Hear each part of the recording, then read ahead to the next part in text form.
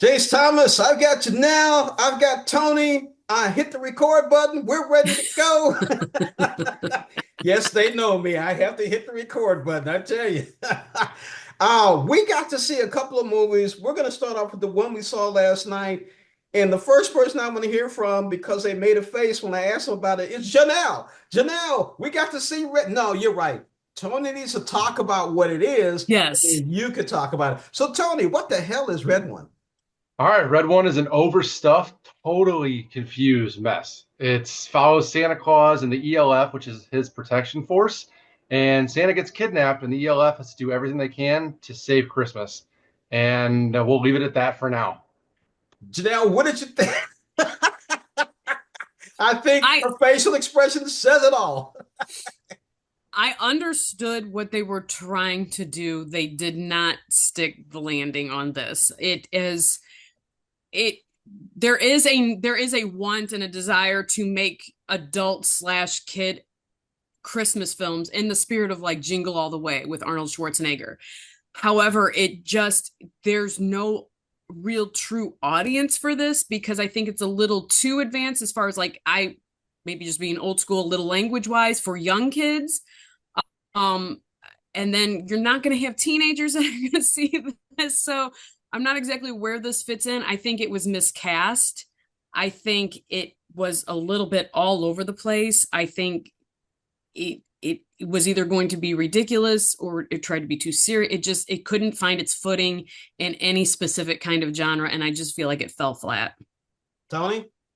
I couldn't agree more. It's a hodgepodge of ideas that it's like, okay, everything Christmas, let's think about it. Krampus, I'm not going to get into spoilers, but they throw it all together. It's just a giant Christmas fest, and it doesn't work.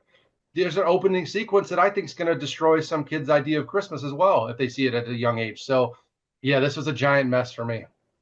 Okay, here goes James's. I liked it. I really enjoyed it. Now, here was the fun part. I kept hearing you guys talking and saying that. So I started asking other people, the audience, what they thought about it. And I didn't hear one negative thing. They all loved it. It was so interesting. Teenagers, kids, parents, it was just crazy. But you know what? It was okay. There were a couple of sleepy moments in there. Yes, there were. But other than that, I enjoyed Dwayne's character. I enjoyed Chris's character. And J.K. Simmons as Santa Claus with the muscles and lifting weights, I thought was a lot of fun. So I'm going to be the first one to give it 3.5 out of 5. Janelle, with that face. It's around a 2.5 for me. It's not. I think people might have enjoyed it just because it was recency bias and they were watching something, and then if they really had time to sit down and think about it, they'd be like, "Wow." So, yeah, around 2.5. Tony. Same. I'm between a 2.5. I'll go to the 2.5, even though I think it's a little high. But there's just no heart here, and the point of the film is about getting people off the naughty list. And so I think it's ironic that there's just no heart involved. I mean, again, I think it's just a complete miss. And people might have enjoyed it at that time, but I bet you it's very forgettable.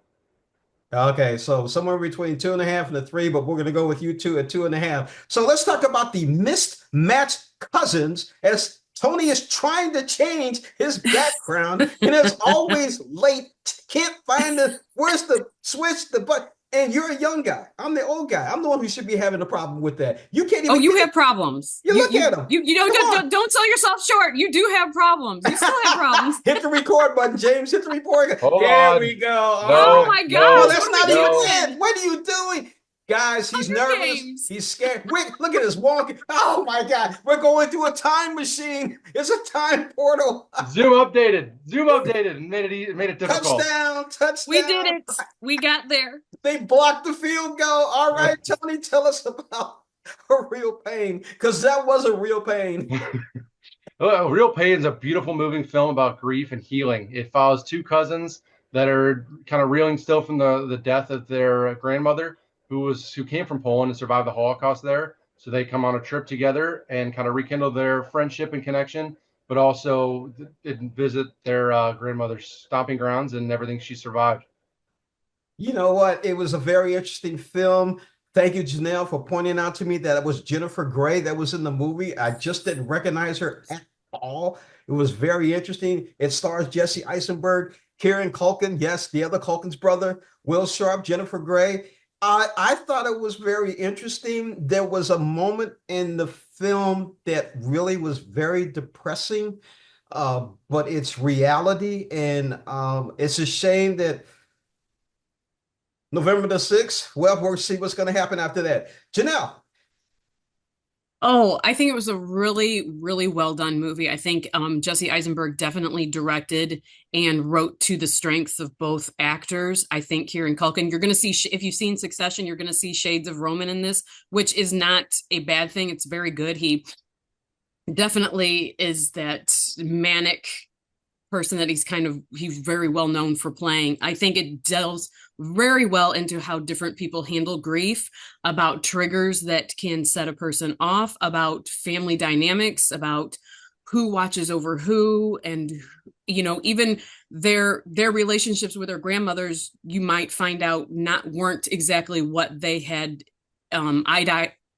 idealized in their heads, how they had gone on. So I felt like it was really well done. I think the cinematography as far as around Poland, I thought it was great. I thought even just the little supporting cast that they had around them, I think everybody played very well there. I thought it was a very well done movie. I think it's very interesting the three perspectives we have each just explained about this particular movie. I think it's very interesting on how we each saw the movie and just explained it, because we represent all the audience. Janelle was very perceptive on your part. Wasn't thinking about how people handle grief and how each individual handles that themselves, and how the relationship affected each relationship they have with their grandmother and how it affected them. It was very interesting. Tony, you're also right. Eisenberg direct and wrote that means what's going to happen in the future with Jesse, because Jesse's a brilliant mind. He's pretty cool. I mean, I can't wait to see what he does next. The script is so witty and sharp. It's fantastic. I think it'll be honestly nominated for Best Original Screenplay.